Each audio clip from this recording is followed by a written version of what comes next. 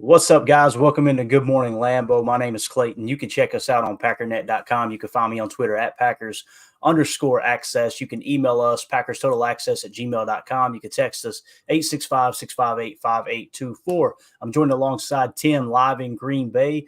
Got a brisk one up there this morning, right, Tim? I know we're down here around the 20 mark in Tennessee. How cold is it up there this morning? 16. Woo! Don't worry, we're going to crack 22 before noon. Woohoo! Yay, right? Yeah, it's wild, man. I love it. I love it up there, dude. Love it. Josh Martin with the Super Chat already says everything went right for us this week, and you got that right, Josh. And we're going to break it all down for you guys and gals, talk about the new standings update, all that good stuff. We're actually going to talk about this Bears-Vikings game a little bit too, or I think some would probably not call it a game, Tim. It was hard to watch, man. It was so hard to watch. That was just cringe on so many levels. Holy cow. I will tell you something though, that Dobbs from Minnesota, man, I don't know what to make of him, because there are throws that I see him make and I'm like, whoa. And then there's throws and decisions I see him make and I'm like, what are you doing? So clearly a guy thrown into the fire and just kind of rolling with it.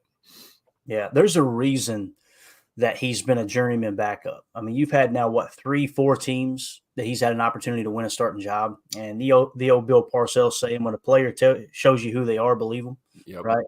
It's nothing against Dobbs. Dobbs could, play football around me in his sleep, right? But it kind of is what it is. Kurt Warner's one of the few stories that, kind of came up through the ranks, back up, won a Super Bowl, I think won an MVP, lost his job, went to a backup role with the Giants, then went to Arizona and rekindled it, right? And that's a first ballot Hall of Famer. So someone like Dobbs, watching his whole career, especially down here in Tennessee, he was a good quarterback in college, very smart kid. I mean, extremely intelligent. The problem is I think it's the reactionary skill, right?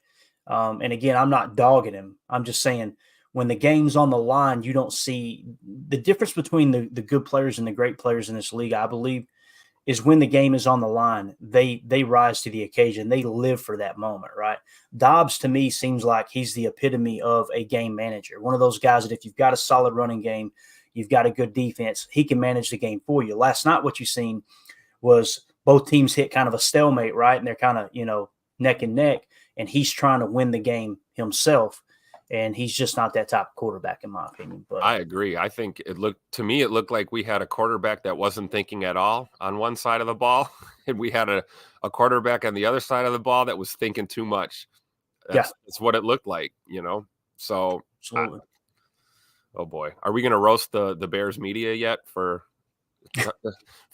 talking about Justin Fields being clutch in the moment with the game on the line? Because I don't know what you saw, Clayton. I saw a dude throw a prayer up over the middle of the field, and somebody ran underneath it and caught it. I don't know. That was crazy, man. My eyes still hurt from watching that game. Yeah. What I see in Justin Fields is what we've seen all along. You see an inconsistent quarterback with elite running ability. Right. There's no doubt about that. When there was a couple times late in the game. Listen, I was a Bears fan last night, gang. I was sitting there going, and I know my nephew, a big Vikings fan. I know my mother-in-law was pulling for the Vikings because of him and all that. And I just tried to stay quiet. But there was a couple times I'm like, just spread things out and run a quarterback draw. They cannot stop you doing that. That's going to force them to load the box, right? It's going to force them to fill the gaps rather than run this zero blitz where everybody can kind of do what they want to do. And we got a couple of Brian Baldinger breakdowns we're going to hit on here in a second. But, so, the only problem with him running the football is he's so careless. Me and Tim were talking offline, and I remember Michael Lombardi talking about this on his podcast because Femi Abemefe, his co-host, which I absolutely love Femi. I think Femi is the perfect person to try to do a podcast with Michael Lombardi, who is so brash, so rude at times, so overbearing. He's the first to tell you, man, he grew up in a house where everybody was Italian and there's just a lot of screaming, arguing and shouting. Right. And it was out of from the root of love. Right. It wasn't like they hated each other. It's just kind of natural. I remember Femi saying, "Yeah, but Michael, you can't negate the fact that he's so dangerous on the ground." And I'll never forget Michael Lombardi cut him off mid sentence like he does so many times and shouted at the top of his lungs. I'll try not to use the colorful language he said, but he said something along the lines of, "Femi, he's an effing turnover machine. Forget the interceptions. He fumbles all the time. You can't win ball games like that, turning the ball over." I mean, you've seen it with Jordan. Do you think it's a coincidence that the games where he protects the ball, hark, we're in them and we have a chance to win? In some cases, the defense kept us in the game even when he did turn the ball over. That turnover differential, man, it's hands down the most important aspect of every game. It's why you hear LaFleur harp on it all the time. Got to stay. We got to be +1. We got to be +2. You win the ball, you win the game. All those things that he says, right? So, Justin Fields. This is no breaking news here on Good Morning Lambeau that Justin Fields is the guy, but Justin Fields isn't the guy, Tim. And I don't understand why the delusion that. I mean, how much more do you have to see? I mean, we talk about our quarterback, and we want to see the rest of this season. And he's balling out. And he's getting better every week and balling out. And we're seeing him progress. I look at, I try not to look at Justin Fields tape. But I watched this game last night. I'm like, this dude looks exactly like he did 2 years ago. I don't understand, where is the progress?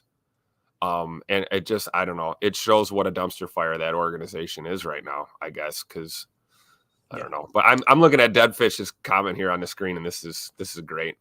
Yeah, Josh Martin, thank you for the super chat, but we appreciate that. Yeah, Deadfish says Bears are going to have 2 high draft picks, maybe even in the top 5.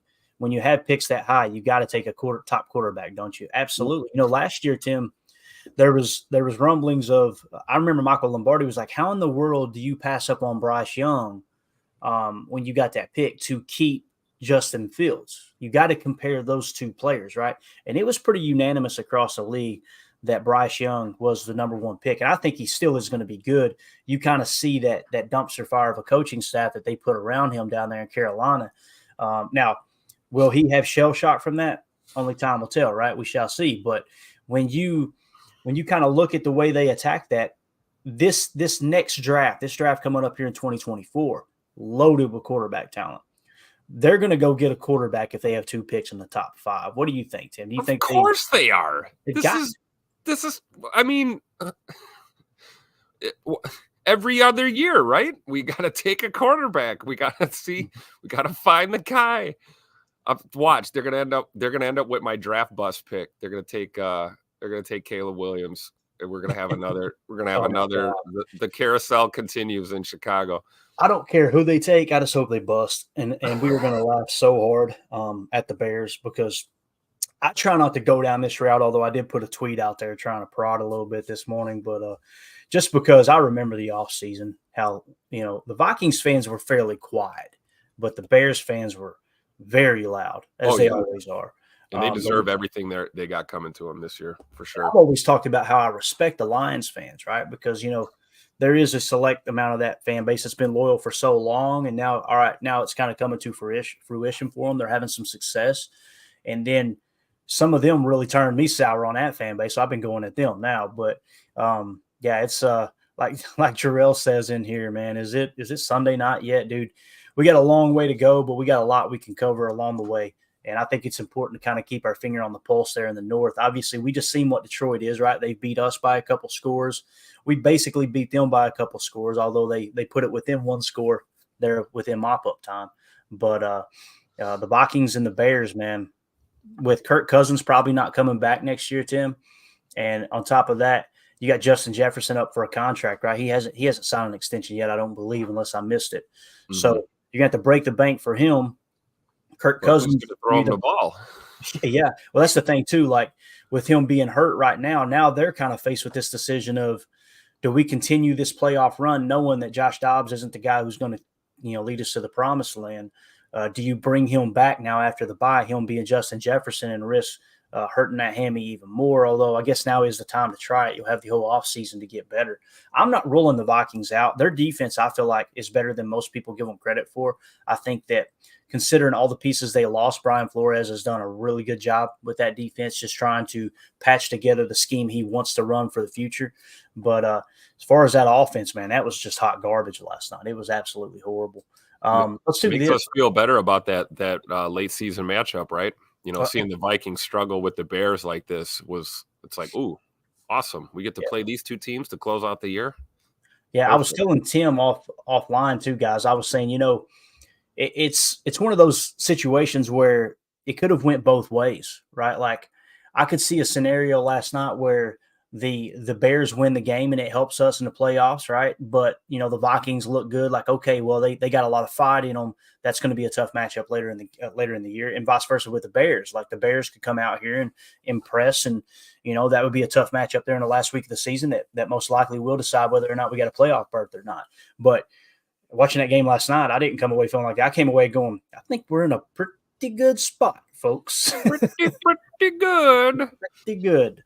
We just get by the Chiefs here somehow, some way. If you get a dub against the Chiefs, then look, I think it will be LaFleur's job to lose, because if you beat the Chiefs somehow, some way, and then fall flat on your face down the stretch against these bad teams and not be able to maximize the opportunity to get in the playoffs, that's going to be the fan base is going to get really loud, in my opinion. I'm not saying I agree with it, but I do think they'll get loud. But as we look at the box score from last night, Justin Fields' side, it doesn't look horrible. First of all, look at the score there, 12-10. It did not go to extra innings. Don't worry about that. But being 12-10, Justin Fields 27 of 37 for 217. That don't look too bad, Tim, right? And then you look at no touchdowns, no interceptions. Okay, well, he didn't really make the play to win the game. But if you were to hop down lower on this list, I think he fumbled twice and lost both fumbles, if I remember correctly. Let me drop this banner and see if it'll show.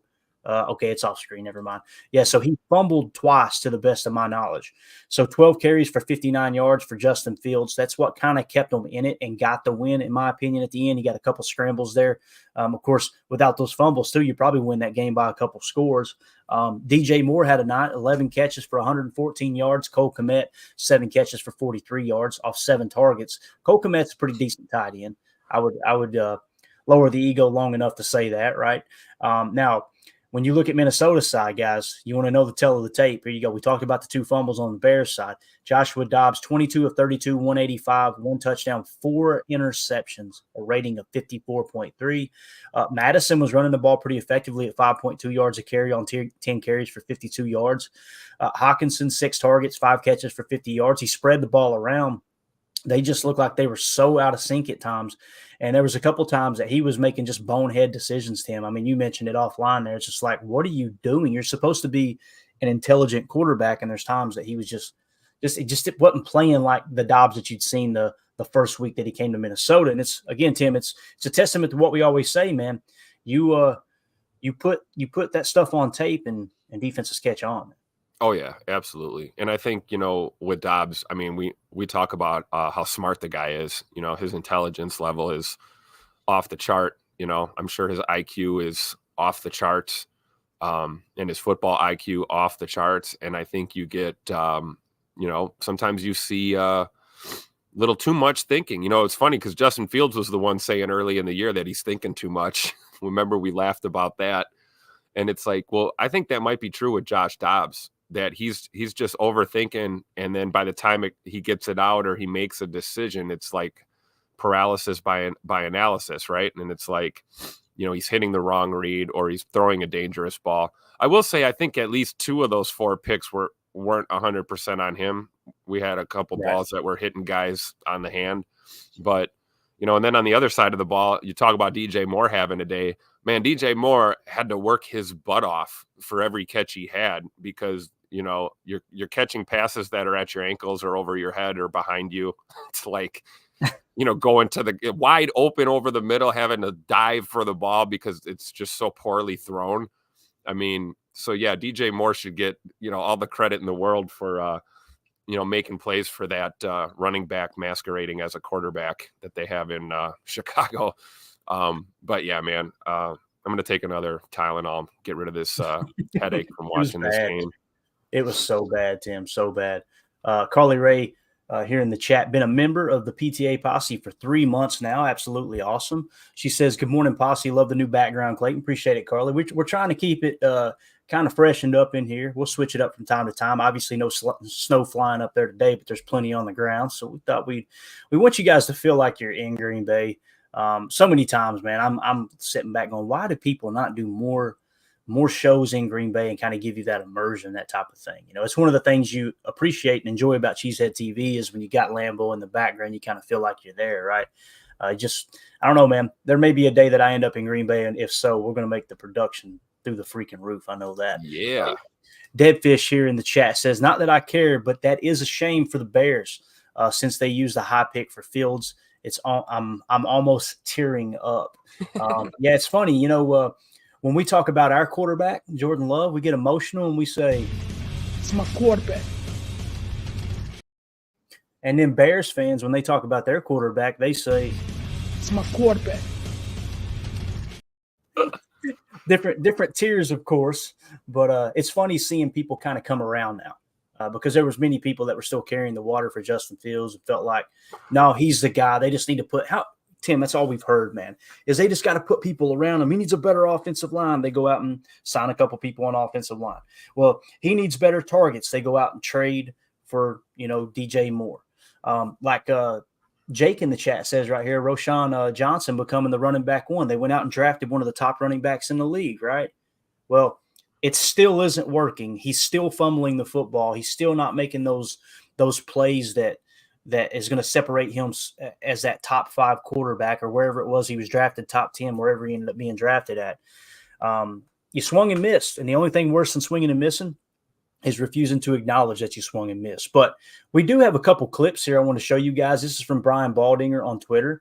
If you guys would hit that like button for us so other Packer fans can find this podcast for sure too. But we got a couple of videos here we're going to hit on from Brian Baldinger.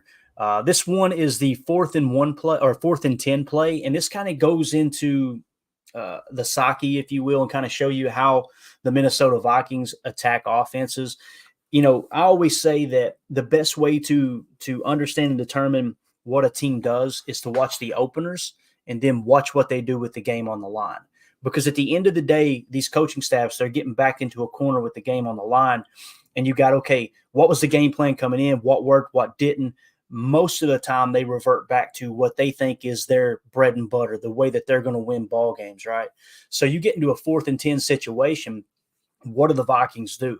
They come with a 0 blitz. We've talked about it all year, right? That's what Brian Flores likes to do. He likes to bring 0 blitz, which is essentially, man coverage across the board, right?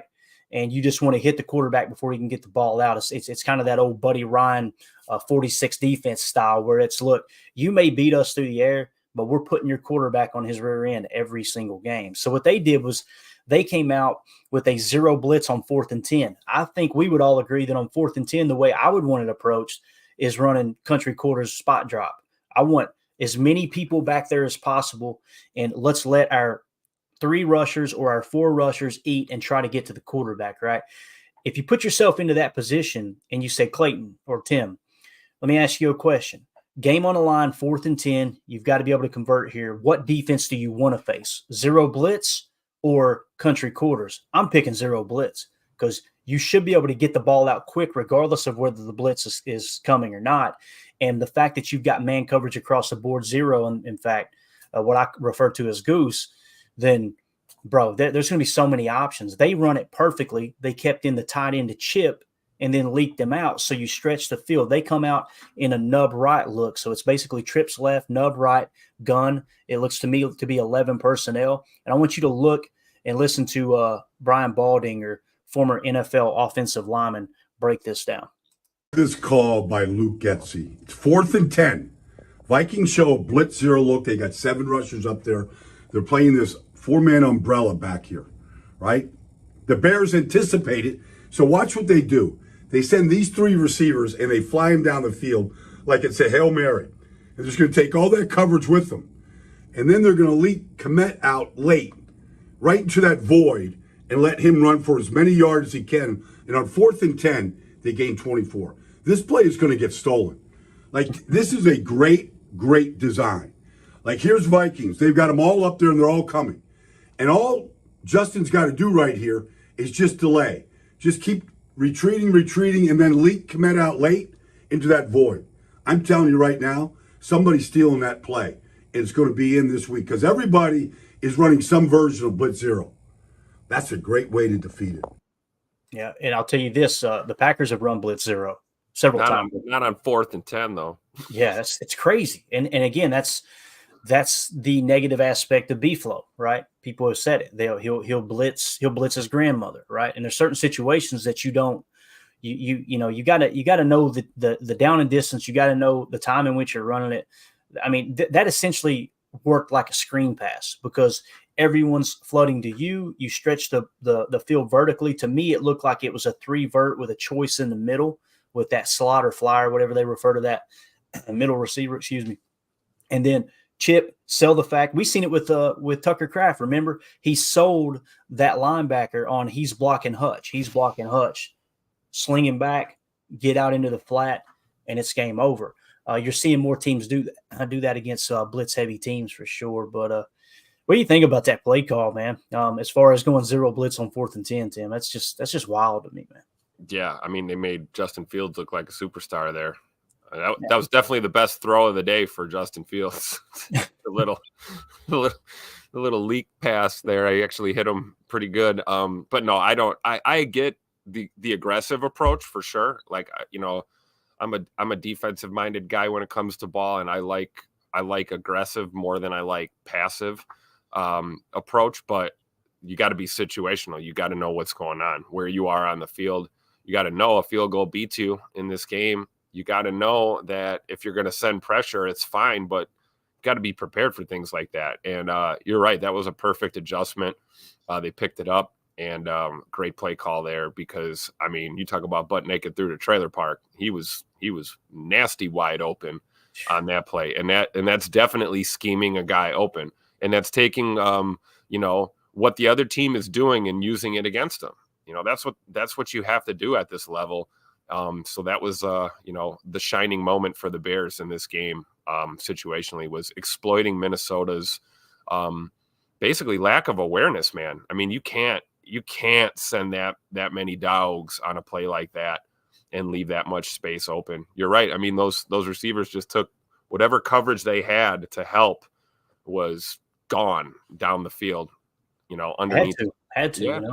You had to, because otherwise you know, I'm wondering what's funny is what would have been better is if one or two of those defenders cheated up and got beat over the top and Fields heaved one up, because we know that's probably a pick or an incompletion. You know, yeah. You almost could have baited him into taking a shot throw there. But no, that was just an error on Minnesota's part, you know, overly aggressive. You know, you want to be aggressive, but if you're 0 blitz on 4th and 10, I don't get it, man. I don't. Yeah. I could see on 4th and 3, right? Yeah. You know, 4th and short. Screw it. Let's send the dogs and blitz. But yeah, and then, you know, Fields doing what, you know, he needs to do there, which is extend, you know, like Baldy said, extend that play a little bit, just buy enough time to flick that ball out there over the top. But yeah, man, that I don't know. So we got that on film, right? So we got to be prepared for that later in the season. You know, with that matchup, if we're in a situation like that they're not going to hesitate. They'll be blitzing, and that's where it's important for the quarterback to understand the protection, right, and know where the mic is, know where the hot is, know where the free runner is, all those things. Because in that situation, I would have been cool with just dumping it off to a receiver there where they were playing so soft on the outside, right? Even just a quick smoke route. You got a couple lead blockers in front. You could have attacked it that way as well, but they set it up for a big play there, and it was just like I said, nice design, real simple too. Sometimes keeping it simple is the way to go. Kevin King in the chat says, "Man, y'all just consume my life with y'all's content. I love that you're using the word y'all like I do. I appreciate that." He says, "And hey, Clayton, I live in Kentucky as well. Nice to see someone on YouTube that lives in Kentucky. Let's go Pack." Yeah, I currently don't live in Kentucky. All my family's back home in Kentucky though. Grew up in Harlan County. Back in the, if you guys have ever seen the TV show Justified, that's my hometown, where that was kind of the opening scene was filmed just about a mile from my parents' house. So, Kentucky at heart, as my dad always said, born and bred in Kentucky, and moved to Tennessee and been living in Tennessee for quite some time. I'm still just about an hour and a half away from home, though. What was you going to say, Tim? That's not former Green Bay Packers cornerback Kevin King, is it? I don't believe so. I don't think Kevin King's hanging out in Kentucky, to be honest with you. He probably made enough money to get out. But now Kentucky's a great place, man. People, I like to joke about it too, but really good people, man. I mean, I remember moving to Knoxville and people were, you find out I was from Harlan County. This and that. And I'm like, Knoxville is full of the same people, country people. They're just trying to act like city folk. Not everybody, but a lot of them. So we always pointed that out to them. We had to, but appreciate that though, Kevin, man. I appreciate you swinging through. Let's see. We got a super chat from Bleed Green. Appreciate you, Bleed Green. Thanks for supporting the channel. He said, 3 keys to the Packers dub this weekend. We're going to get into it. We got a little bit more of this Bears Vikings to talk about, but since you super chatted, what's your 3 keys, Tim? What comes to mind? Because for me, it's real simple. Listen, first and foremost, you got to win the turnover differential battle, right? That's the main thing. You got to win the turnover differential battle. That comes to mind. I want to say you got to stop Kelce. That's kind of a given. But the way I'm seeing it is keep everything in front of you. Limit the explosive plays. That's going to be absolutely huge. I would focus more on trying to stop the run out of your quarters look, okay? Because what you want is I think you're going to see a lot of spinner from the Packers, which is essentially 2 high safeties and 1 late rotation. And the reason being, when the Chiefs play quarters-heavy defenses, they like to attack with in-breaking choice routes from Travis Kelce. And what I mean by that is a choice dig, where it's essentially you're gonna take 3 receivers, 3 targets up the field, just like you've seen the Bears do there, try to walk those guys out, and then an underneath dig. Essentially, it's the same concept as what we refer to as dagger, where you've got the inside receiver goes deep, and then you got a dig underneath. You're trying to clear out to open up for the dig. And what I mean by choice dig is Kelce has the option and opportunity that if someone does match up on him, if they do say, okay, we're going to run, quarters zone match, and they're matching up on him with inside leverage, then he could turn it into an out. He could turn it into a corner route. He can run this choice route. What you're probably going to see is Pat Mahomes dropping back, reading the DB that's on Kelce if we do play quarters, and then just work that choice off of our defense. So I think the key there will be control the explosive plays.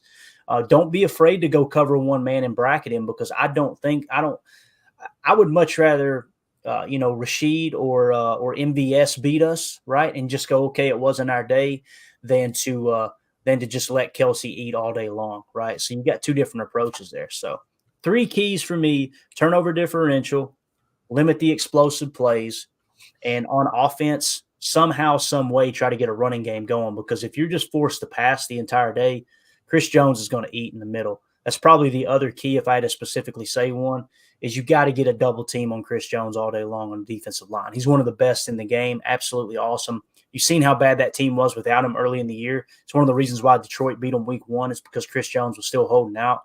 That would probably be mine. But, Tim, what comes to mind for you, man? You don't necessarily have to give 3, but what do you think the key to the Packers beating the Chiefs is? I'll start right there where you were at with Chris Jones. We have to take that approach kind of like we saw against Detroit with Hutchinson. Now, granted, Jones is more of he's going to be where he is kind of guy. They're not moving him around, right? Kansas City doesn't move him around a lot, or not as much as Aiden Hutchinson, I guess. Yeah, last year Jones ever mugging the A gap. I don't see that too often. Last year, what you've seen with Jones, and I haven't watched much of their tape, and we need to do a little mini chalk talk on the Chiefs. We got plenty of time this week, like you suggested, Tim. I think it's a good idea. Jones is a defensive lineman, right? He plays on the interior the majority of the time. But last year, what you've seen in the Super Bowl run is they would put it in specifically against the Bengals, I believe, at one point. It was either last year or the year before. They would actually put him in a wide 9 as well. So he could rush outside. He can play all over the place. When we talk about the key to a good defense is having that legit 3 tech, that's the type of guy we're talking about. We're talking about him. We're talking about Jalen Carter. Those guys that, with Chris Jones and his versatility, he can play in the A, right? He can play a 1 tech. He can play nose. He's that good. But if you put him at 3 and you isolate him on a shoulder of a guard and have another wide 9 out, kind of occupying and forcing a single block on him, then you can also put him out in the wide 9 at times, like that type of stuff. And a little more consistently in a 5 tech, he's that type of player. He can play all over the place. He can. Okay. He's a natural ball. So, I mean, that dude he's one of the best to do it for sure. so maybe a similar approach then, like we saw, with Detroit and Hutchinson, where we're blocking by committee. We got to see that. We got to send a little help. We got to get a chip. We need a block, a chip, and a block. Whatever we can do. I don't care if you fall down in front of them and get in the way. What you got to do something. It will be. I'll tell you, it's going to be nice to see him and Zach Tom battling, though. I think Tom is a versatile player and has answered the call numerous times with premier defensive players in this league, but he can't do it alone. And there's other players on that Kansas City defense. I look offensively. I said one of the keys to the game offensively is we have to play mistake-free football. You cannot turn the ball over in this game. I mean, we talked about that the other way, wanting to be +1 turnover differential. As a defense, we want to create turnovers. Well, as an offense, we have to protect this ball. We can't make little mistakes, because the slightest little mistake could end up costing you dearly, because that's one thing Kansas City does well. You turn the ball over against them, it's points. They're going to score. That's how they roll. So I think protecting the football is going to be huge, and making those right reads and decisions, as we see Jordan Love doing that better now pre-snap. His pre-snap reads are better. He's understanding protections a little bit better at this point of the year. So I think that's going to be a definite key offensively. And yeah, you're right. You hit it on the head. We've got to have somewhat of a run game. I don't care if we rush for less than 100 yards again in this game. There has to be rushing attempts. They have to believe we're going to do it in order to keep things interesting in the pass game against that Kansas City defense. Yeah, for sure, man. Like I said, we got some great comments in here too. People kind of throwing out their ideas. I love this right here. And again, thank you so much, Bleed Green, for the super chat, buddy. We appreciate you. AFAM says, number 1, double team Chris Jones. Number 2, get pressure on Mahomes with 4 to 5. And number 3, just a quick prayer. Say a prayer. Throw a prayer up there. Yeah, I think all of those are important to beating Kansas City as well, AFAM. It's funny, too. He says that everyone down there in KC is actually talking about the Packers. Love it. Yeah. It's funny. You kind of get west of Nashville, and everyone across those states right down the center of the country, they've got something to say about the Packers, seems like. Right now, obviously, you get down into Texas, football's a different level down there. They could care less about the Packers. Heck, high school football is probably more popular than some pro and college teams down there, man. It's absolutely unbelievable how much they love high school football. But let's see. Yeah, Texas is definitely one of those countries I want to visit again. It's like yeah, I said country. It's its own country. Yeah. A lot of people don't understand how Texas's constitution's set up, but really interesting too. Very interesting. I have a lot of respect for the state of Texas. They're like, yeah, hey, be a part of the team here until y'all start acting stupid, and then we'll do our own thing. And I'll tell you, we're borderline acting stupid right now. Average Fisherman says in the chat, first time listening live, always listen to the podcast. Y'all do a great job. Keep it going. Average Fisherman, we appreciate it, buddy. And I think that's a very, very, very humble YouTube name there. I'd say you're probably a pretty good fisherman. If you have to say it about yourself, it isn't true. That goes both ways. So if you're saying you're average, you're probably a dog out there on them banks. So I appreciate you, like I said, the kind words and everything, man. Appreciate you swinging through here on YouTube. It's good to see you. Let's see. Number 1 Packer fan said, watching Justin Fields yesterday was like reverse of Jordan Love. He can't hit the deep shots, or he can hit the deep shots, but can't check the ball down to save his life. That's a good observation. It's not that he necessarily doesn't have the accuracy to hit the checkdowns, in my opinion. He threw a couple balls. that was a laser. Like, you could see his arm talent from time to time. But like we were talking about with Jordan early in the year, he's late to the read. He's late to that play. And then you go back to his comments several weeks ago where they said, how do you fix this? How you do that? And he said, essentially what he said is, I think I just got to stop listening to the coaches and go out there and play. This ain't backyard ball. You're not Pat Mahomes. Stop pretending like you are, right? And first of all, you're not Pat Mahomes, and you don't have a first ballot Hall of Famer at tight end, and you don't have a first ballot Hall of Famer at head coach, which, by the way, Andy Reid is now the all-time winningest coach in 2 franchises. First time that's ever happened in the NFL. So he's got more wins than any other coach in Philadelphia Eagles history, and more wins than any other coach in Kansas City Chiefs history, if I understood correctly. That win on Sunday got him into that. So put some spec on Andy Reid's name. He's one of those guys that the players love him. He's willing to adjust. Come from that traditional Mike Holmgren West Coast offense, went to Philly, adjusted it for Donovan McNabb and his mobility and how he can move around the pocket. Then he gets ran out of town after having so much success. How many Super Bowls would they have now if he had never left? Oh, my gosh, right? So then he goes to Kansas City, and they make that move from Alex Smith. I about said Alex Jones, from Alex Smith to could you imagine, Alex? That's a Photoshop that needs to happen. We need Alex Jones out there playing quarterback for the Chiefs with one of the 1-bar helmets like you got hanging back there, one of the 2-bar. Yeah. So where was I? He goes over there and molds Pat Mahomes into the quarterback he wants, and there's no ego. Like, that's what bothered me last year when people were saying that system, they're buying into the system. The hell they are. That system is Andy Reid going, all right, what are you guys thinking here this week? All right, cool. Let's turn that into a choice route there. Okay, yeah, if they show 2 on the shelf, let's do this choice combination. If they show 1, do that. If that don't work, Pat, just run around, make a play, dude. Like, there's a lot of that going on in Kansas City. I know many of the film junkies don't want to acknowledge it. That's why Greg Cosell got frustrated when people were like, man, Kansas City's cracked the code on quarter coverage. And he's like, crack the code?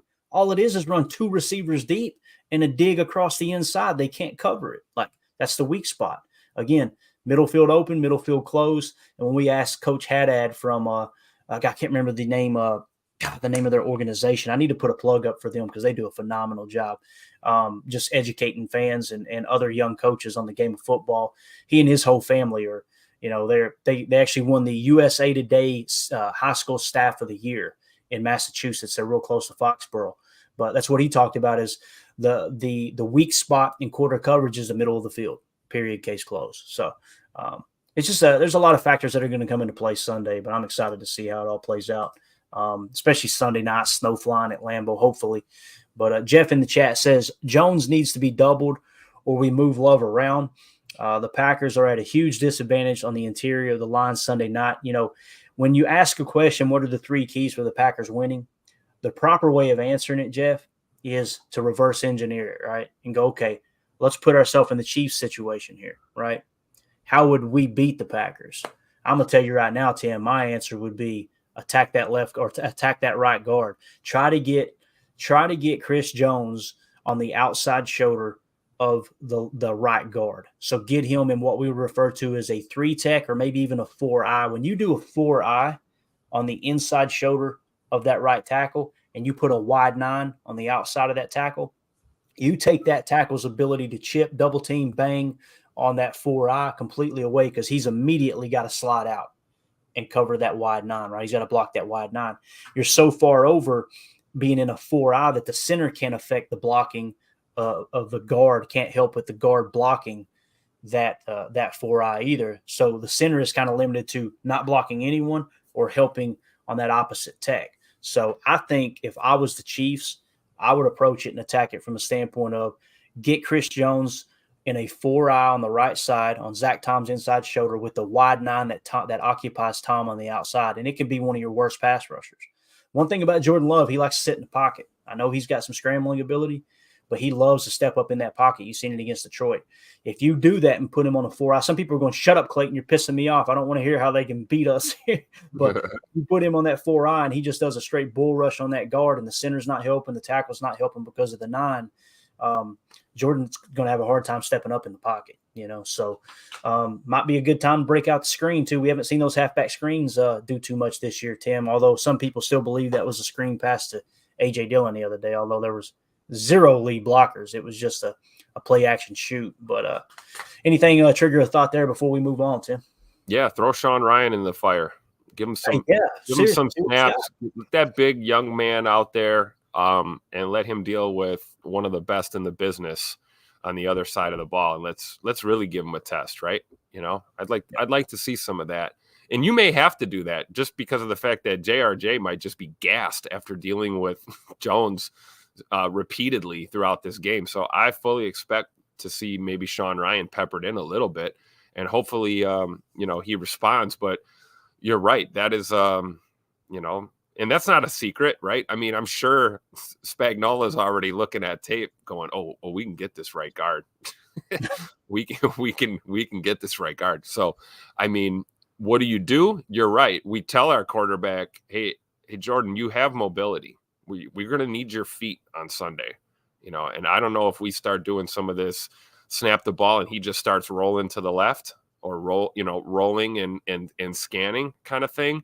And we need to have a little bit of tempo. Maybe tempo might help us at times, sprinkle in a little tempo, little bit of no huddle or quick huddle, and get to the line, get moving, could help us.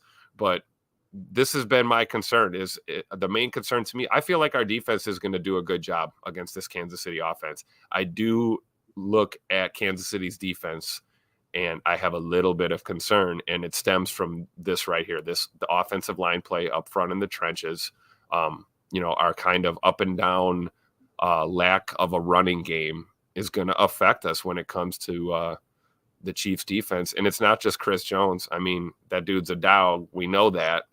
How cool is that, though? We're going to get to see, both sides of the ball, right? Rashawn Gary and Chris Jones. I mean, two of the best out there, dude, doing it. So it'll be an entertaining game nonetheless. But I think, offensively, we've got to account for these different looks that we're going to get, because that's what Spags likes to do, right? He'll blitz your guts out, and then all of a sudden he'll show blitz and pull four back. And it's like, what are you looking at now? And so this is where, the football IQ that Jordan Love has, honed and developed these last few years, this is where it's really going to be put to the test, because you can't see the middle field open pre-snap and think you can go there and not adjust post-snap when they got, two linebackers and, a bunch of guys in the box backwards, So, yeah, it'll be interesting, though. I'm glad you brought that up. I mean, right guard, that area, if they start putting him in that technique, we've got to have an answer for that. And it, like I said, it might be A.J. Dillon just running over there and getting in the way or something. Right. You got to do what you can. It'll be blocking by committee for sure in the trenches. I mean, what they did there on Thursday literally had the tight end, Chip, Hutch, and then they had the running or the center take a shot, pulled the center in pass blocking all the way across the formation to Chip, Hutch, and then A.J. Dillon get a piece of Hutch. So they had three people allocated. And it's funny, too, because they had three people allocated to block him, but the first one went out in a route. So you're getting the best of both worlds there. Slow him down, then let the center come through, let A.J. clean it up. It was a very interesting call. Now, that's on tape, so yeah. You gotta be careful going to the well too often. But again, it's going to come down to where they're going to line him up, or they're going to put Chris Jones at. This defense is tough, man. Legit top three defense in the league, which is wild to think about with Pat Mahomes and Travis Kelce on offense. So, Nick McSwain, hopefully we answered that question for you, buddy. I know it's been up there for a while. Again, what do you think the Chiefs' strength is on defense? It's Chris Jones. It's Chris Jones. It's Chris Jones. They got some other pieces in place too, but Chris Jones is the one that you got to build the whole game plan around. That's just my opinion. But let's see here. Like Paul Robertson points out, Chiefs are only 2 plays away from being 10-1. There's a lot of teams you could say kind of something similar, right, Paul? In the National Football League, man, the difference between the worst team and the best team is so close. Any given Sunday, it can happen. So, yeah, I can see that being the case. I don't know what 2 plays you're talking about, but I'm sure it's accurate. You look at that record and go, 8-3, they're having kind of a down year. Yeah, you go 10-1, like you're saying there, or whatever the record is now. If it's 8-3 or whatever, 10-1 could be the difference. Just a few plays in the game. There's no doubt about it. Let's see. Omer in the chat says, everyone in the NFL becoming aware of us now. We won versus Detroit and embarrassed 2 of the best lines in football. Omer, there's no doubt about it, man. We're not sneaking up on anybody, Tim. Like listen, everybody was watching that game on Thanksgiving, and they're going, okay, Green Bay might be legit now, right? You're not going to sneak up on the Chiefs. There's no doubt about that, man. Yep. No, I don't think so. And, you hit it on the head too. I think about the 4-game saturation, right? Well, we know what film Kansas City's looking at. So, from Matt LaFleur's standpoint, and Joe Barry's also, we're gonna have to sugar that game plan here. If we got to do similar things. We just talked about the approach we took with Hutchinson, maybe something similar with Jones. We got to throw some changes in there, some little variants, because Kansas City, they're going to be prepared, and there's a lot of good stuff on tape these last 4 games from the Packers. Right, we're 3 out of 4 in the win column and playing better football. So I just hope that game plan wise we throw a little little extra in there to keep them on their toes a little bit. Yeah. Badger Trio in the chat said it's going to be a true football game, low 30s with a chance of rain and snow. And we got a young quarterback, man. We don't have an old whippersnapper back there getting cold right now, right? It's going to be interesting to see Jordan Love play in the cold. How cool would it be if it kind of goes back to the young Brett Favre days where Brett was just absolutely phenomenal in the cold weather at Lambeau? I mean, that was a true home field advantage back then. It's going to be cool. That's another chapter in the Jordan Love career book, right? That's going to get written this winter. Is to see, okay, can he be a cold weather quarterback? If he comes out and lights it up, Tim, I'm going to lose my mind, dude. I'm just going to absolutely lose my mind. Absolutely. Badger Trio says, I'm very interested to see how Love plays in December weather games. Rodgers was great in Green Bay type weather. Yeah, he was for a long time for sure. It's funny, man. We stay out of my head there, Badger Trio. Chris in the chat says, born and raised in Milwaukee area, hashtag gold package, LOL. Hey, Tim was born in the Milwaukee area, man, right? Milltown. What's up, Milltown? There you go. I've never been to Milwaukee. I would like to go, though. Some of those downtown shots, man, next to the water and everything look beautiful. I mean, it looks absolutely beautiful.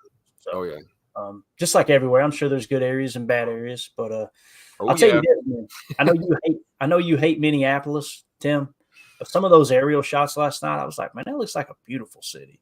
Like, have you been to Minneapolis downtown and actually got to enjoy the downtown area? Or is it just years ago? We're talking like, man, 2005, maybe 2008, something like that. I spent a couple days in the Twin Cities area, and I wasn't impressed. I don't like anything from Minnesota, so I'm probably just a natural hater when it comes to it. But no, it wasn't, I've been to worse cities, put it that way. I've been to Cleveland. So, yeah. But yeah, no, Minneapolis it's okay. But I'll take Milwaukee over the Twin Cities any day for sure. Yeah. Especially nightlife and restaurants and things like that. Milwaukee's got a lot of cool spots. This is going to come as a surprise with my accent, but I'm not a big city boy, believe it or not. You aren't? No. But I do love traveling. Like I love going to New York City personally. I've had great experiences in Manhattan. Of course, I've just spent a week there.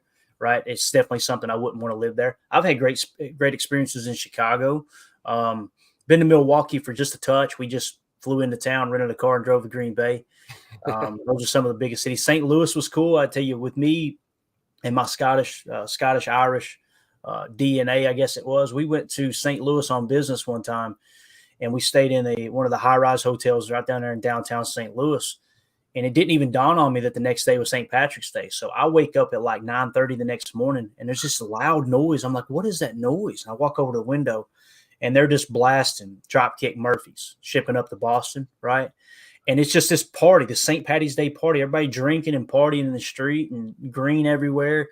And I literally put a Facebook post out. I was like, man, the Lou after my heart out here, dude. It's just people hanging out and having a big Irish party right there in the middle of the streets at 9:30 in the morning was really cool. Oh, that's Milwaukee too, man. Water Street, Milwaukee, they do that too. You would love it. Absolutely. I mean, bars open up 6 o'clock in the morning, man. Get it going. Yeah. Green beers flowing. Most people are inebriated before noon.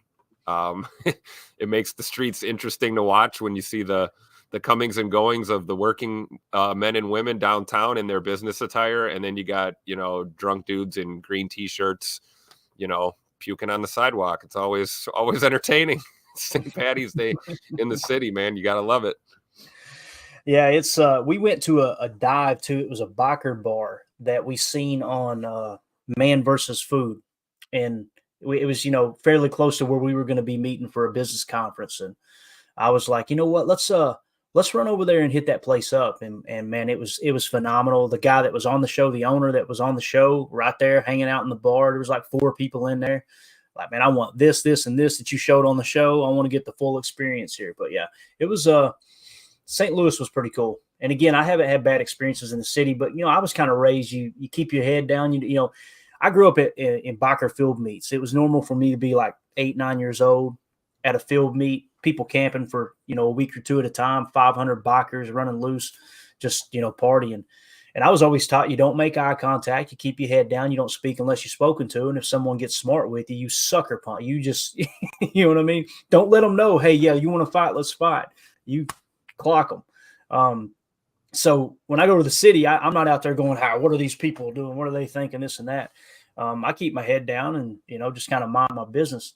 And it's funny too, because they do hear our accents, mine and Mandy's, and they're just like, come here, let me buy you a beer. Let me get you, what are you eating? I'm paying it. Like they just, everywhere we went, people have embraced us. It's pretty cool for sure. Paul Robertson in the chat said, if I'm Chiefs, I drop 6 to 7 in coverage and force the Packers to run the ball. I let my 4-man front apply pressure and try to exploit weaknesses on the Packers line. I think that's it's a very good game plan there, man. Again, it's going to come down to Jordan Love protecting the football. There's no doubt about it, man. That's definitely going to be the key to winning that game. Omer in the chat says, like Tom Clements said about one of Love's long passes, he told him it was a good result, but a bad decision. That sounded like Brett Favre. He praised him though about be so much better taking what the defense give him and not playing hero ball. Yeah. Love's got a little bit of that in. Someone posted the other day on Twitter, Tim, I want to get your take on this. They said, I know everyone's kind of focused on comparing Love to Rodgers and what they've done recently, but really, if you look at it, it kind of feels like Jordan Love plays more along the lines of that gunslinging mentality of Favre back in the day than Rodgers protecting the football. Do you agree with that? Because I kind of see a little bit of that, man. I do, but I think also I don't know if it's a good thing, but I see it, right? Well, you want that, right? You want that fight. You want that killer instinct. Right. You want the guy that's willing to lay it out there. And, you got to take risks in this league if you want to win. It's a fact. What you want to do is take calculated risks and take as high of a percentage risk as you can. And I think that's what we see. We see that with Jordan, but, Aaron Rodgers understudy, and Aaron Rodgers was the king of that. He would take risks, but they were calculative. And, we saw that throw on Thursday to Jaden Reed. I mean, that's who I thought of immediately was like, Aaron Rodgers threading the needle. And let's be honest, I don't know if when Brett Favre was rifling balls into double coverage, if he was thinking that. I think Brett was just the kind of guy that would just will the football into the hands of the receivers sometimes. And sometimes that, we got stung too. We got bit by those interceptions. So I see a little bit of both. I do feel like I see more of Aaron in Jordan's game than I do Brett. I'm going to be honest. I see it with, his reads now are coming there. I think a lot of the football IQ that we're seeing, he's probably hearing that Aaron Rodgers in his ear after those years of being in the quarterback room. He's telling him, hey, it's okay to go over the middle, but, you want to be in time, be in rhythm. Sometimes you got to put it a little lower. We talk about nose down on some of those darts where you've got to put it in a spot where just your guy can get it. I mean, that's a heck of a lot different than gunslinging. I'm just going to cock back and whip this ball 75 yards up the field and see what happens. I'm pretty sure Jay Money knows what a nickel defense is, right? So I don't know. Yeah, I feel confident in saying he does. Yes. So, but no, I do totally get. I see a little bit of Brett in him too. More with that willingness to take that chance. But I definitely see more Aaron Rodgers in Jordan's approach, especially like we said on some of the off-platform throws. We talk about the change of the arm angle and the delivery. It's all when you talk about him having bigger hands than Aaron, and when he does that flick of the wrist and the forearm, a lot of these throws, you can even watch Aaron, there's not even an arm throw. It's all here, and when you can compress your delivery like that and you're not wasting throwing motion, it helps the ball come out quicker. And sometimes if you're going to take a risk, throwing a guy open, as they say, you're basically putting the ball on a guy that's covered. You need all that extra that you can get. So yeah, I mean, the long answer, yeah, I see a little bit of Brett, but more Aaron in Jordan's game for sure. Yeah, I think you just sold me on that. I think you're right. It does seem like he's, Brett would just go out there and I mean, my gosh, dude, that dude he'd fire it right into triple cover. He didn't care. It was just, you know what? I'm going to throw it so damn hard. If my guy doesn't catch it, no one else is going to be able to have fingers on their hand, to catch it. That's right. missed that, man. I think you know what it was with Brett too is his attitude was probably like, well, I'm going to sling it, and if it gets picked, my defense is going to get it back for me. You know, he had some killer defenses, That's man. a good You point, know, man. it's Reggie will well, take care of it. Let me take yeah, a shot Reggie will here. take care of it. I know Leroy's good for a pick today. You know, whatever. You know, maybe that's how Brett found out what a nickel was. You know, he throw enough picks with safety help, and I don't know, but yeah, I definitely think Brett is eternally the gunslinger, and I think you want your young quarterbacks now coming up to have a little bit of that mentality, you know, a little bit of that gunslinger cowboy mentality, but more of the preciseness and calculated. God, I can't speak this morning. Calculated risks as opposed to sheer, you know, chuck it up and see what happens kind of risks for sure. Yeah, definitely. Jeff in the chat says Clayton motion the tight end to that side of the 4-1, of the 4-eye, I'm sorry, allowing the right tackle to help inside and double the 9 with the running back and send the tight end out to the flat. I mean, it's what you've seen with Green Bay. I think you'll probably see that, Jeff, if they do decide to flex Chris Jones out there. So great observation there, buddy. Let's see. Number one Packer fan said, this is where coaching matters the most when teams have good tape on you and can prepare for you. Absolutely. It's going to come down to a coach versus coach matchup, which you guys know the three things that I take into consideration when I do, you know, put money on a game. I look at the head-to-head quarterback matchup. I look at the head-to-head coaching matchup. Some people like to dig deeper into the coordinators. I don't like to spend that much time on it, to be honest with you, although that's a good strategy. And then I like to look at, okay, how do they apply pressure to those points to the quarterback, right? Because that's how you flip the field and flip the game really quick. We've seen it against Detroit. You don't have all those fumbles, you probably don't win that game. AFAM says, so true, this guy talks different. Let's get him a beer, haha, talking about our accent. It's funny, man. First time I went to Wisconsin, I got that. We stopped in Appleton on our way up. We drove all the way there. We stopped in Appleton at a sandwich shop. I can't remember if it was a Cousin's sub or not, but there was some kind of sandwich shop just outside of Appleton. And I walked in, and me and Mandy walked in there, and we went to order, and I was the first one to speak. They said, what can we get you? I said, y'all got a steak sandwich? And she went, I like the way you talk. The first thing she said. That's when I realized, okay, I'm going to have to speak like a halfway educated person while we're up here. We're never going to make it out without people having a conversation every 2 seconds. But yeah, I said, y'all got a steak sandwich back there? It was cool because as soon as we got north of Milwaukee, I started seeing the Kenny Chesney billboards and the country music billboards. I'm like, oh, we're good. Are you kidding me? Oh yeah. And I started talking. I was like, no, we're not good again. I got to clean this up somehow, some way. But let's see. Omer in the chat says Clement said that all great quarterbacks want to throw deep, but you can't do that to use high percentage. You can't do that. You need to use high percentage to get to the bomb. Absolutely, you got to set that up for sure, man. Teams will key in on it. And I think that one of the reasons you're able to hit on the bomb right now is because teams have looked at the scouting report and said they haven't been accurate deep, right? He's underthrowing balls. Let's make him beat us with the deep ball. And they did on the first play there against Detroit, right? Had them on their heels the rest of the game. Carly Ray says Matt LaFleur and Barry need to scheme up what Reed won't expect. That's easier said than done, right? Right, Carly? You're right, though. You're going to have to show them something they haven't seen. There's no doubt about it. The problem is Andy Reid's seen about everything, right? He's one of those coaches that it's going to be hard to catch him off guard. Again, limit the explosives. Don't turn the ball over. I think you're going to have a good shot to win this ball game, especially there at Lambeau. I get nervous because Carly's right. When I see this, it's like, you know, Matt LaFleur needs to scheme something up that, you know, Reed is not going to, or Spagnuolo is not going to expect, you know, but it's like, oh gosh, I hope that doesn't mean more gadget plays on, you know, in crunch situation. Hey, let's try this double reverse, you know, whatever. I hope we don't see that because you are not going to fool Kansas City's defense with that crap. I mean, you might get one, right? You might catch them one time with that, and that's your one. If it works, great. Do not pull that out again late in the game. If we got us, you know, if we're in a 4th and goal situation, you better just push into the end zone and nothing fancy because it's not going to work, you know? So I'm with the creativity. Maybe it's time to dig into the playbook and, you know, look at some of these looks and see what we can run that maybe we haven't ran recently. Maybe we go back earlier in the season, some of the stuff we were missing on that we feel a little better with now. Maybe we bring that back out. You know, if they're going back.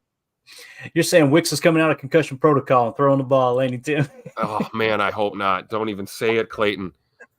Don't even say. And hey, I know. I mean, I was wrong. I believe it was Jake Shavink that said that Wicks played a little quarterback, so he can throw the ball. I'm not saying he can't throw the ball. I'm saying he's a receiver. Let him catch the ball. Yeah, that's what are we paying him to do again? Yeah, exactly. So I don't know. I just hope it doesn't get creative. Yes, cute. No. We'll just put it that way. And it could be as simple as changing some of the ways we're running plays that, if we're normally running something to the right side and we're looking at Chris Jones, maybe we check, do the old Madden, right?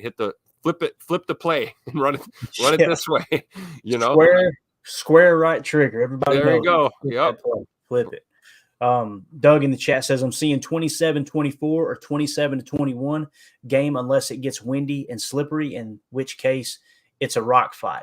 Yeah, and you're going to see A.J. Dillon. They're going to put the chains on the tires with A.J. Dillon if that snow does fly. I think you're going to see a little bit of that. So going to be fun, man. Going to be fun to watch for sure. We should have a little bit of the advantage there with the elements, although it gets cold in Kansas City too. Not like Green Bay, but there's been many times you watch a game in Kansas City over at Arrowhead, and there'd be ice in the forecast and all that stuff. So I don't think it's going to be like a California team coming in by no stretch of the imagination. Eric Sutherland, we'll wrap it up with this, says, my first winter in 25 years, I won't be roofing. Glad I have this morning show to give something to drink my coffee with. Thanks, fellas. Eric, congratulations, dude. Roofing is rough. There's no, and I don't know, some people say roofing, some people say roofing. Pick one, right? I call it breaking your back all day long. Absolutely, man. And your knees. I was in construction for about 6 years. We did concrete and steel work. Did a lot of grade beams, a lot of concrete walls, 45, 50-foot retaining walls, things like that. Helped put together a children's hospital here in Johnson City. Basically went out there before they even broke ground. We handled the footers, the micro piles, everything. With everything that went in as far as steel and structural from a structural concept. Well, that was a pain in the butt. Diagonally, that building, Tim, foundation wise, if I remember correctly, it was something like 175 feet diagonally, and our tolerance was 1/16 of an inch. Wow. You couldn't be more than a 1/16 of an inch off on anything. Anything on the print. I looked at that. My brother-in-law looked at me. He's like, "Oh my God, here we go. This is going to be one of those projects." So I respect people who have to work out there in the elements, man. And roofing is one of the worst. So congratulations on that, dude. Hopefully that's a permanent retirement. I'm guessing that might be the plan. But we appreciate you making us a part of your morning, man, for sure. And again, you and Cheesehead Murph, man, first two people to sign up as YouTube members here. And just want you to know how much we appreciate you, man. So with that being said, Tim, parting thoughts, buddy. We're going to have plenty to talk about this evening, as well as we're going to get probably more injury news kind of hitting the block here. And we got some stuff we didn't cover this morning because the chat was just on fire, dude. I guess, Chris, Andy Reid is always hungry, my friend. There's no doubt about that. Get that man his nuggies. Yeah. Parting thoughts, Tim. Big game, man. We've got time to dive into some film and to do some homework. Please believe we will be. And, this is a chance to really stamp our mark in the NFL here. Like you said, we're not creeping up on anyone, right? So we beat the Chiefs here. That's going to be the coming out party. I think we'll finally see this league start to shift the narrative and respect what we're doing here a little bit more. And, I got to tell you, I got a feeling this is the game. Jordan Love's going to become a star in this league, man. I'm telling you. And it's going to start with an epic performance at home at Lambeau Field on a snowy Sunday night against one of the better teams. I think it's a winnable game. It could be a rock fight. I agree with that sentiment. I almost feel like the closer game favors us. I don't want to get into a shootout with Pat Mahomes. I don't. I would rather grind it out and execute, win the turnover battle, run the football, and squeak out of there with a 3 to 5 to 7 point victory. We'll take it. Go Pack, go! Looking forward to being back tonight. PTA Live, baby. Let's go. Absolutely. Jarrell in the chat says Chiefs Chalk Talk is it Sunday yet? Yeah, no doubt, man. That's going to be a fun one to break down, especially if they somehow, some way come away with a win here. No doubt, man. Ron in the chat says, how do I sign up for a membership? Ron, It depends on what platform you're on. It's a little bit tricky if I understood correctly on iPhone, but if you open up your YouTube app on your phone and go to our homepage, just click on Packers Total Access YouTube page. There should be a join tab there, and you'll see other members' profile pics. You click right there, and that's how you become a member. And what we do when people become members, we put you on a list, and we do a drawing during post-game shows throughout the year and give away autographed memorabilia. This Sunday, we're actually giving away an autographed Dorsey Levens jersey. So if you are a YouTube member, by the time I think by midnight Saturday night, then we'll get you on that wheel or whatever little game we're going to use to give the drawing away. We'll make sure that you're in that contest to win that autographed piece of memorabilia. So with that being said, appreciate the interest though, buddy. If you have any problems, shoot me an email, packerstotalaccess@gmail.com, or you could text me at 865-658-5824. We're out of here, guys. Really appreciate everybody hanging out. Want to give a special thanks and shout out to Josh Martin and Bleed Green. Thank you guys for the super chats. Carly Ray, congratulations being a member for 3 months now of the PTA posse. Always appreciate everything you do. I know she's going to try to help me put some merch together too. It's so cool to see listeners reaching out and just wanting to help, knowing that we're trying to get this thing off the ground and then having a lot of success with it, having a lot of fun. You're having success because we're having a blast talking ball in here with you guys. That's what it's all about. So we will be back tonight for PTA Live at 7 Central, 8 Eastern, and basically going to be breaking down a little bit more of the Chiefs game coming up here and get you guys all settled in and set for that. We should have some more injury news as well, and we'll start diving into the PFF preview of Packers Chiefs. So thank you guys for hanging out with us. This has been Good Morning Lambeau. For those of you listening on the pod, thank you for making us a part of your day. As always, let's go out and be the change we want to see in the world. Go Pack Go.